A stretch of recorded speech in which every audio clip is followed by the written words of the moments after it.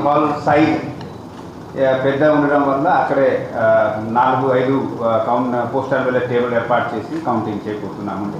Parliament దాదాపుగా 19,000 చిల్లర amount నంబర్లో మనకి పోస్టల్ బ్యాలెట్ వచ్చాయి. తిరుపతి 23 PC సంబంధించి దానికి సెపరేట్ కౌంటింగ్ హాల్ మేము ఏర్పాటు చేయడం జరిగింది. సో ఈ విధంగా 7 assembly segment, 7 parliament, 14 counting halls Tirupati, అదేవిధంగా పార్లమెంట్ తిరుపతి రెండు కలిపి 16 కౌంటింగ్ హాల్స్లో కౌంటింగ్ మొదలవుతాయి. పోస్టల్ బ్యాలెట్ 8 గంటలకి మొదలవుతుంది.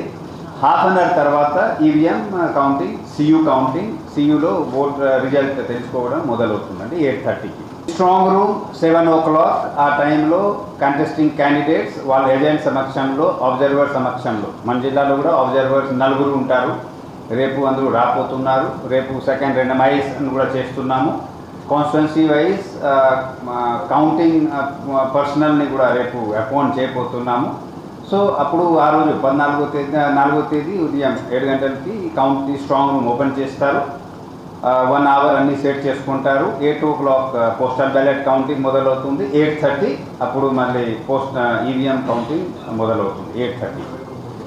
So on an average each round ఇనీషియల్గా 1-2 రౌండ్ మనకి దాదాపుగా 20-25 నిమిషాలు 30 నిమిషాలు పడుతుంది. తర్వాత మళ్ళీ తగ్గిపోతూ ఉంది, 15 నిమిషాల్లో కూడా జరిగిపోతుంది. సో ఆ విధంగా ఈవీఎం కౌంటింగ్ కూడా అవుతాయి.